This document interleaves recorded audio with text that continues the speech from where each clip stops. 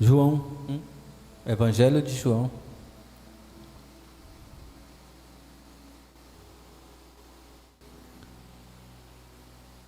Amém? João, capítulo 1 diz assim, ó: no princípio era o Verbo estava com Deus, o Verbo era Deus. Ele estava no princípio com Deus, todas as coisas foram feitas por Ele, e sem Ele, nada do que foi feito se fez. A vida estava nele, a vida era a luz dos homens. A luz resplandece nas trevas, e as trevas não prevalecerão contra ela. Vai até aí por enquanto. João, ele era um dos discípulos, né? Um dos apóstolos de Jesus.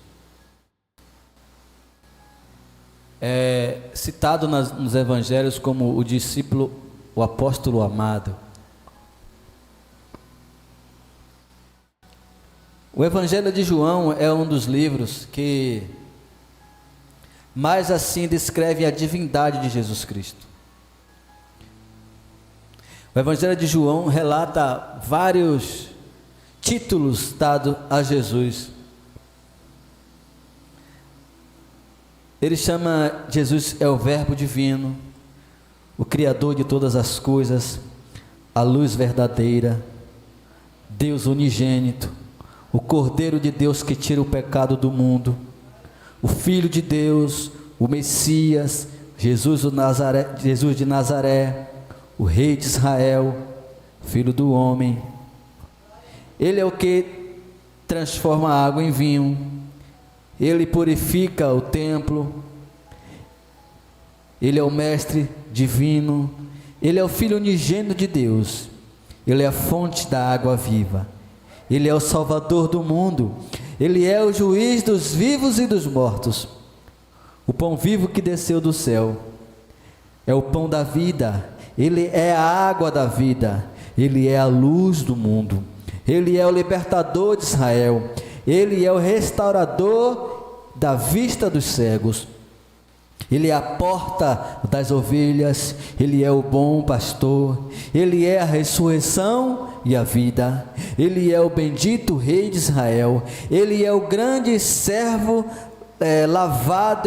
lavando os pés dos discípulos, ele é o caminho, a verdade, a vida, ele é a videira verdadeira, ele é o vencedor do mundo, ele é o sumo sacerdote intercessor, ele é o mestre traído e negado pelos discípulos, ele é o Salvador crucificado, ele é o Salvador ressuscitado, ele é o Senhor Deus, ele é o Cristo, ele é o restaurador dos discípulos arrependido. Tudo isso aqui João descreve no seu livro. E no princípio era o Verbo estava com Deus. Olha quanta coisa Jesus é. E ainda tem pessoas que acham que pode viver sem Jesus. Se Ele é quem restaura a alegria, como é que tem pessoas buscando alegria se está longe de Jesus? Ele é a luz do mundo. Como as pessoas estarão na luz se rejeitam a Jesus? Estarão em treva. Ele é aquele que restaura a vista aos cegos. Ele é a resplandecente estrela da manhã. Olha quanta coisa Jesus é, e mesmo assim as pessoas decidem agarrar o mundo. E aí coloca agora no final do ano, se vestem de branco e vão buscar uma paz que a cor não poderá trazer. É como se fosse agora um mantra, é como se fosse uma mágica que simplesmente se virar o ano de branco, tudo chegará na paz. Essa paz aí é uma paz mentirosa, porque a paz verdadeira só Cristo pode nos dar. Não é vestindo branco que teremos paz, Porque a paz desse mundo, ela vem através de violência. Você já viu algum país buscar a paz se não for através da violência? A paz do mundo, ela gera violência. Israel está lutando por paz no seu território, mas através da defesa do seu território, outras pessoas estão morrendo.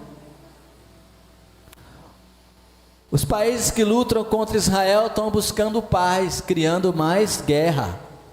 Todos os países estão buscando paz, mas através da paz eles geram mais guerras, porque ninguém vai aceitar que invadam seu país sem se defender, ou seja, mas a paz que Cristo dá. Por isso que ele fala: eu vos dou a minha paz, mas não a dou como o mundo dá. Jesus poderia ter revidado, sim ou não? Quando ele estava sendo crucificado ali, levado, como ele mesmo diz a Pilatos: olha, se eu quiser, estaria aqui a minha comitiva me defendendo, porque ninguém toma a minha vida, eu a dou. Olha que coisa linda, ninguém toma a minha vida. Se Jesus não tivesse se entregado, jamais ele morreria. Você sabia disso? Imagine essa frase, essa palavra de Jesus, essa frase de Jesus mexeu comigo. Quando eu estava lendo, que eu olhei, Jesus falou assim: ó, ninguém toma a minha vida, eu a dou. Jesus entregou a sua vida por mim e por você. É por isso que a Bíblia fala que no princípio era o Verbo. O Verbo estava com Deus e o Verbo era Deus. Você sabe o que é verbo? Verbo é a palavra. O verbo é quem dá sentido às coisas. Se você criar uma frase e não colocar o verbo, não tem sentido. Jesus é quem traz o sentido para nossas vidas. O verbo é a palavra. Que palavra? A palavra de Deus. No princípio era Jesus, no princípio era a palavra, e a palavra estava com Deus, Jesus estava com Deus, e o verbo se fez carne, Jesus, a palavra se fez carne e habitou entre nós. Jesus é quem traz sentido para nossas vidas. A luz resplandece nas trevas, e as trevas não prevalecem contra ela. Ninguém pode prevalecer com aquele que está com Jesus. Ninguém vencerá aquele que está com Jesus. Porque o viver é Cristo, o morrer é lucro. Alguém postou algo sobre a águia. E a águia é um animal majestoso. E tem algumas mensagens aí que fala da águia e tal, e uma pessoa fez uma mensagem de reflexão e colocou, e aí tem um biólogo aí que pegou essa mensagem e disse: é mentira, porque a águia não renova as suas penas, a águia não sei o quê. Um biólogo, né? Biólogo é aquele cara que estuda os animais. E aí ele falando um monte de coisa, aí eu comentei lá assim: a Bíblia fala assim, a Bíblia não renova. Aí alguém colocou lá assim, umas palavras, não dá nem para repetir aqui, e disse que nem existe águia na Bíblia. Eu mostrei para ele vários versículos. A Bíblia diz que nós renovaremos as nossas forças como a águia, voaremos alto. Jesus não nos chamou para ser galinha, nos chamou para ser águias. Então eu percebo que a todo tempo o diabo tem feito de tudo para descaracterizar a Bíblia, para fazer com que eu e você deixe de acreditar na palavra, no verbo que se fez carne. A palavra é Jesus Cristo. Tem gente: eu vou em tal culto para ver Deus falar comigo, eu vou em tal lugar para ver Jesus falar comigo. Jesus fala com você a partir do momento em que você abre a Bíblia. Você quer ouvir Jesus falar com você? Toda manhã, quando você acordar, leia a Bíblia. Ouvir a palavra de Deus gera fé. Ah, eu não tenho tempo de ler, eu não sei ler com clareza, eu não consigo. Coloca no celular, tem a Bíblia falada, você clica lá, ela vai ler para você, porque a fé vem pelo ouvir, não é nem por ler, é pelo ouvir, e ouvir a palavra de Deus. Versículo 6 diz assim: houve um homem enviado por Deus, e o nome dele era João. Este veio como testemunho para testificar a respeito da luz, para que todos vissem e crescem por meio dele. Ele não era a luz, mas veio para dar testemunho da luz, a verdadeira luz que, vinda ao mundo, ilumina toda a humanidade. A gente está com essas luzes aqui, está iluminando esse espaço, mas para iluminar aí fora precisa ter mais luz, e Jesus é a luz que ilumina toda a humanidade. Quando o homem pecou no jardim, ele perdeu a sua humanidade. Você sabe o que significa humanidade? Vamos ver aqui no dicionário.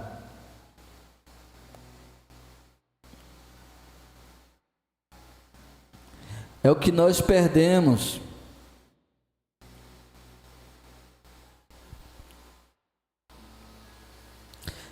Em primeiro lugar, ele é um conjunto de características específicas da natureza humana. A humanidade reside igualmente no homem. Sentido de bondade, benevolência em relação aos semelhantes ou de compaixão, piedade em relação aos desfavorecidos. Isso é humanidade. Olha que quando o homem, ele pecou ali no jardim, quando ele deu ouvido a Satanás, ele perdeu a bondade, ele perdeu a benevolência. Não tem mais benevolência em relação aos seus semelhantes. Tudo nós perdemos com o pecado. Não tem mais compaixão, não tem piedade. Não se preocupa com os desfavorecidos. Porque é um conjunto de características físicas da natureza. Isso que nós perdemos. Aí a Bíblia fala que Jesus é a luz que veio ao mundo para iluminar toda a humanidade do homem. Então, quando a Bíblia está falando aqui de humanidade, não está falando de países, está falando de você, está falando de mim, daquilo que nós perdemos lá no Jardim do Éden. Cristo veio restaurar isso, para que através de Jesus podemos ter contato com Deus. A Bíblia fala que toda tarde, no final do dia, Deus ia visitar o homem. Já imaginou, minha irmã, você está em casa a preparar aquele café gostoso, no final do dia, e aí Deus ir na sua casa, tomar um cafezinho, e perguntar como foi o seu dia? Como foi o seu dia? Como é que está a vida? Olha que coisa boa, o relacionamento. O homem trabalhava o dia inteiro, no final, na virada, Deus ia no jardim para ter o encontro com ele. Porque Deus, ele deseja um relacionamento comigo e com você. Mas se tem uma coisa que Deus não pode coabitar, é com o pecado, com o mal. Mas a Bíblia nos revela a genealogia de Jesus. Se eu não me engano é no livro de Lucas, eu não tenho certeza, mas tem um dos evangelhos que descreve a genealogia de Jesus da ordem decrescente. Começa de José, aí vai Jesus, né? Jesus, filho de José, José filho de fulano, fulano filho de fulana, fulano filho de Bertana, e vai descendo, vai descendo, vai descendo, aí chega em sete, filho de Adão, Adão, filho de Deus. E aí, eu me pergunto, pode empurrar, Adão, filho de Deus. E aí eu me pergunto a você acha, fica à vontade, irmão, tá bom, Aí eu me pergunto a você, tu acha que Deus vai esquecer de um filho que toda tarde ele ia visitar? Por isso foi feito um plano perfeito. E Jesus disse sim, porque no início era o Verbo, e o Verbo era Deus, e o Verbo estava com Deus, o Verbo é Jesus. Por isso Jesus veio novamente aqui neste mundo cumprir o plano perfeito de salvação, para que eu e você tivesse novamente a oportunidade de ter acesso ao Pai por meio de Jesus Cristo. A luz do mundo. Versículo 10, o Verbo estava no mundo, o mundo foi feito por meio dele, mas o mundo não o conheceu, veio para o que era seu, mas os seus não receberam. Jesus veio aqui para os judeus, mas eles não receberam.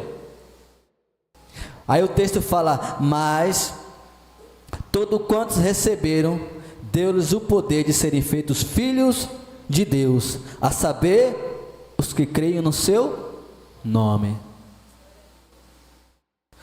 Então aqui, as pessoas têm dito por aí fora, eu sou filho de Deus. Não é. É criatura. Somos criaturas. Aí só é filho de Deus aquele que recebe a Jesus. Olha, o texto está dizendo, todos quanto receberam, veio para os que era seus, os seus não receberam, mas todo quanto receberam, deu-lhes o poder de serem feitos filhos de Deus, a saber, os que creem no seu nome. Só é filho de Deus aquele que crê em Jesus, aquele que aceita Jesus como seu único e suficiente Salvador. Aí sim, seremos filhos adotivos do Senhor, os quais não nasceram do sangue. Está vendo? Porque que nós somos filhos, não porque nascemos do sangue, mas nem da vontade da carne, nem da vontade do homem, mas de Deus. O Verbo se fez carne, habitou entre nós, cheio de graça e de verdade. Vimos a sua glória, a glória do unigênito Filho do Pai. Então, por meio de Jesus, tivemos o direito de sermos chamados filhos de Deus. Portanto, tem muita gente aí dizendo que é filho de Deus, mas não é. É criatura. Mas eles só entenderão aqui quando eles conhecerem de fato quem é Jesus. O amor de Jesus. É claro que nós não iremos chegar para uma pessoa, estaremos pregando o evangelho para ela, no teu entendimento você vai dizer lá, você não é filho de Deus, você vai até apanhar, dependendo, né? Jesus, quando ele falava algumas coisas, ele falava em parábola, sabia? Ele falava para que as pessoas também não entendessem, aquele povo que estava ali, para que ouvindo não entendesse, mas em secreto ele chamava os seus discípulos depois e explicava as parábolas. Então tem coisas que é só para os da casa, tem coisas que é só para mim e para você que já tem o entendimento. Como diz o apóstolo Paulo, você não pode estar dando comida muito pesada a quem está ainda engateando, né? Você tem que ter cuidado. Você pegar uma criança, você vai dar logo feijão? Não pode. Então você vai dizer para o abençoado, olha, você pode até dizer, você é filho de Deus, Jesus morreu por você, Jesus te ama, olha aqui. Aí você traz a ele o entendimento, aí com o tempo ele vai dizer, rapaz, eu quero esse Jesus, pronto, já é filho de Deus. Precisamos ter sabedoria para pregar o evangelho, mas também ficar dentro da igreja, seu entendimento. Tem gente aí que fala que está em Cristo, crente, aqui já é para os da casa. Eu estou em Jesus, a Bíblia fala que aquele que está em Cristo, mas não ama seu irmão, está nas trevas. Então dentro da igreja tem um monte de gente desviado, achando que está no caminho, e não está. Quão bom e quão suave é que os irmãos vivam em união. Jesus, ele ama a união, ele ama a unidade do povo, a unidade da igreja. Então, se você quer saber se alguém está em Cristo, se alguém está na luz, se está em Jesus, vê se ele ama o irmão, ou se ele é cruel com seu irmão. Tem pessoas que as maiores, assim, perseguições que eu já sofri são dos próprios irmãos. Você sabia? Tem pessoas que oram para que essa obra feche. Crente que ora para que feche. Não é? É misericórdia. Eu fico triste quando eu vejo uma porta, uma casa do Senhor fechando. Eu fico triste. Meu irmão, eu não me preocupo com placa de igreja. Eu não me preocupo com a igreja A Deus é Amor. Aqui é a Batista, com Assembleia. Eu me dou bem com todos os meus irmãos. Pentecostal. Minha esposa, eu estou na loja, quando eu estou triste, eu gosto de colocar o corinho de fogo. Eu gosto de colocar o louvor do manto. Gosto. O povo de Deus é um povo alegre. Eu boto lá na loja e fico lá cantando, daqui a pouco eu estou renovado. Mesmo vendo que tem algumas coisas ali, você vê que é meninice, está ali. Mas é melhor estar ali do que estar no mundo jogado. Deus vai acertando todas as coisas. Deus vai colocando tudo dentro do seu padrão. E quem te disse que, rapaz, adorar a Deus? Davi entrou no arraial, dançando alegre, sabe, com aquelas roupas transparentes. E de lá, a sua esposa viu, que coisa ridícula, como é que o rei entra no meio do povo dançando? O adorador incomoda. E Deus não gostou da atitude da esposa de Davi, e deixou ela estéril por conta disso. Davi não orou pedindo nada, então fique tranquila. Se você está adorando ao Senhor, seja pulando, seja rodando, meu irmão, adore. Miriam, a Bíblia fala que Miriam, quando depois que atravessou o mar vermelho, Miriam pegou o pandeiro e adorou ao Senhor. Foi? Aí fica um monte de, eu não estou nem aí. A única preocupação que eu tenho, preocupação, não intervenção, é que a igreja ela pregue a palavra de Deus, que ela não saia daqui do verbo que se fez carne. A Bíblia é a palavra de Deus. Precisamos pregar a palavra porque Jesus está voltando. Aí eu coloquei um comentário lá, alguém estava falando sobre os crentes esculhambando, aí eu falei, a volta do Senhor está perto. Está perto. E o inferno está sendo preparado, assim também como o céu. Jesus fala assim, eu vou para o Pai, vou preparar lugar, para onde eu estiver, estejai vós também. João 14. E o inferno está sendo preparado para Satanás e seus anjos, e todo aquele que morre sem Cristo. Aí teve que alguém perguntou, e você está feliz com a volta? Eu falei, claro.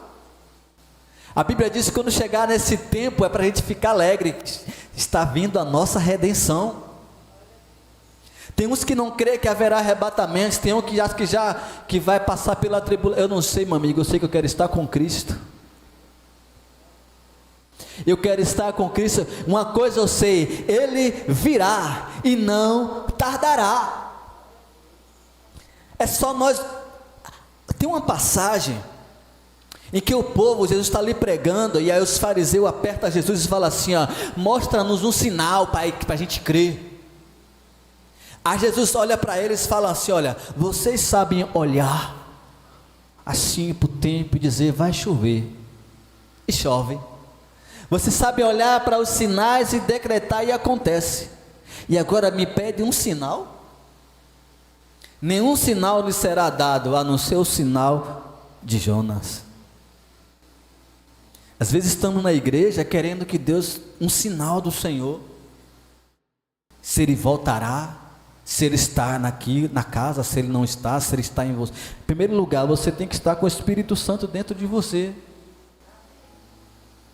A salvação, entenda de uma vez por todas, a salvação não é por merecimento, é por meio da graça, é favor imerecido, não é por, a Bíblia fala que Jesus já pagou todos os nossos pecados na cruz do Calvário, Filhinhos, não pequei, mas se pecar, tem um advogado no céu. Aquele que confessa e deixa, alcança a misericórdia. Portanto, a salvação não é por merecimento, é por graça. Portanto, se alguém perguntar a você, você é salvo?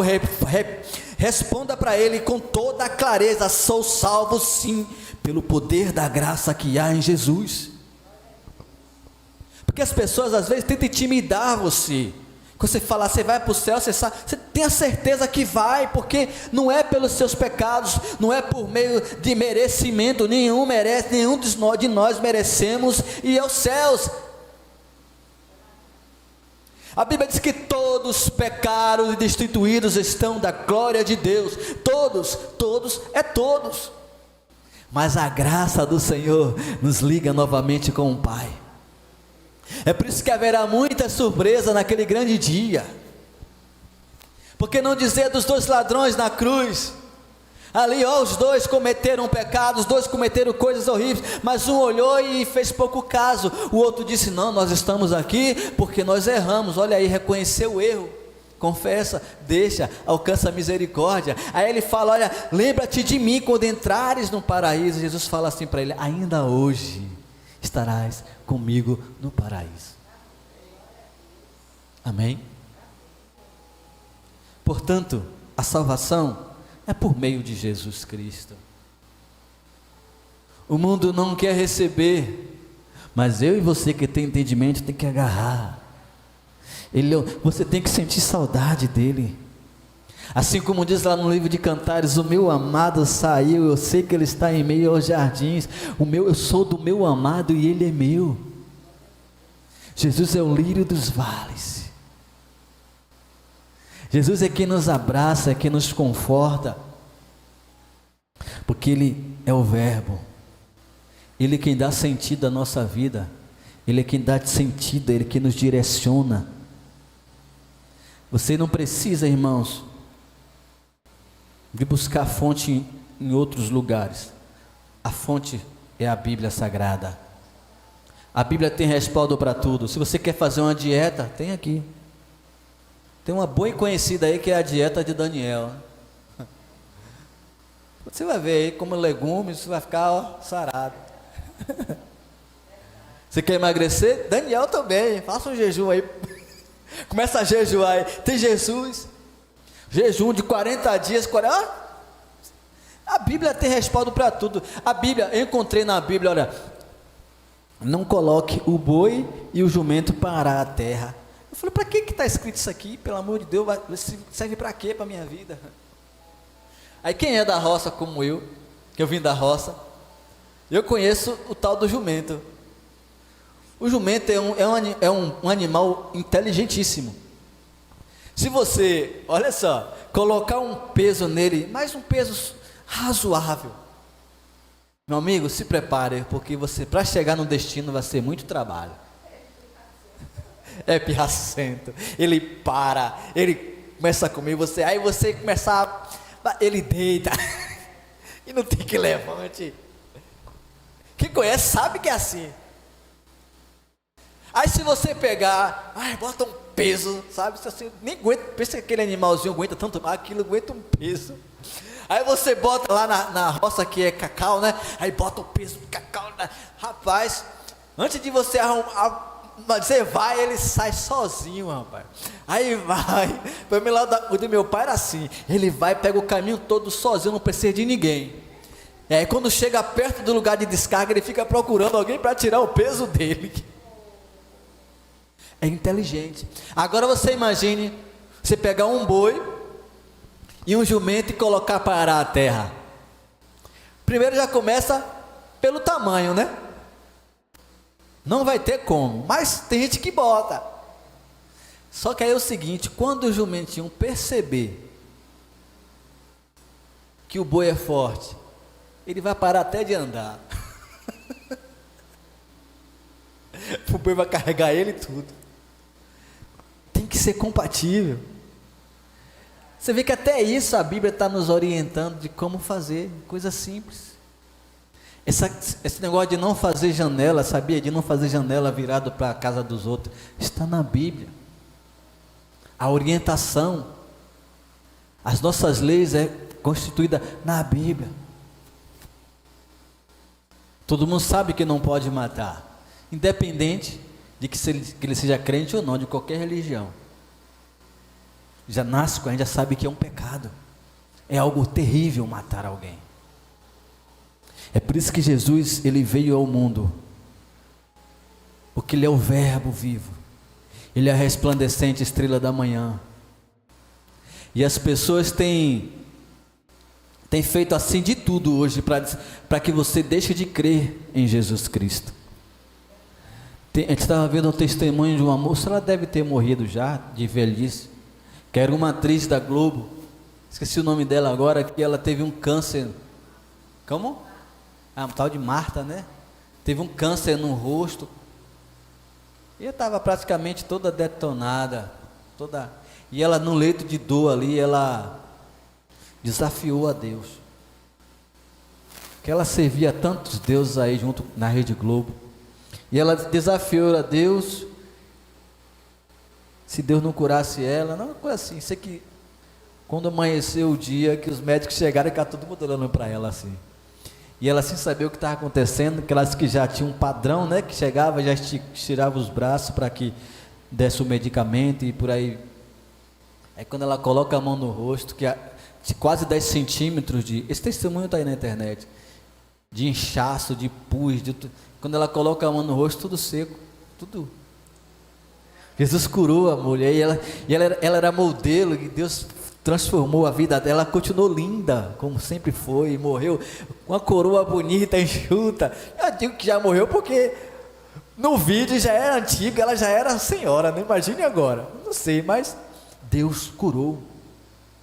O câncer é uma doença que, se Cristo não curar, ninguém mais cura, não tem cura, ainda os homens não conseguiram. Mas eu conheço várias pessoas que Deus curou do câncer, que Jesus curou, e Jesus continua sendo o mesmo ontem, hoje e será eternamente. Por isso, irmãos, não vos cansei de fazer o bem, não vos cansei de estar buscando aquele que é o teu Redentor. Jesus, ele te ama, Jesus, ele quer você com ele. Ele disse assim: não se turbe o vosso coração, crê em Deus, crê também em mim. Na casa do meu Pai há muitas moradas, e se não fosse assim, eu não vos teria dito que eu vou, mas voltaria outra vez, para que aonde eu estiver, estejai vós também. Então, que neste início de 2025, que está chegando aí, não faça plano sem Jesus. E disse aqui no início, muitas pessoas estão programando viagem, outros estão programando festa em família, mas tem gente que já ficou num caminho hoje. Umas 40 pessoas ficou no caminho ontem, no acidente de ônibus. Hoje uma família, isso é o que está sendo televisionado. Muitos já desceram a sepultura hoje e não chegou. Eu tinha um amigo de infância, que quando ele fez esse comentário, já tinha 10 anos, já que ele fala assim, né? Rapaz, a gente vai morrer e não vai andar no metrô de Salvador.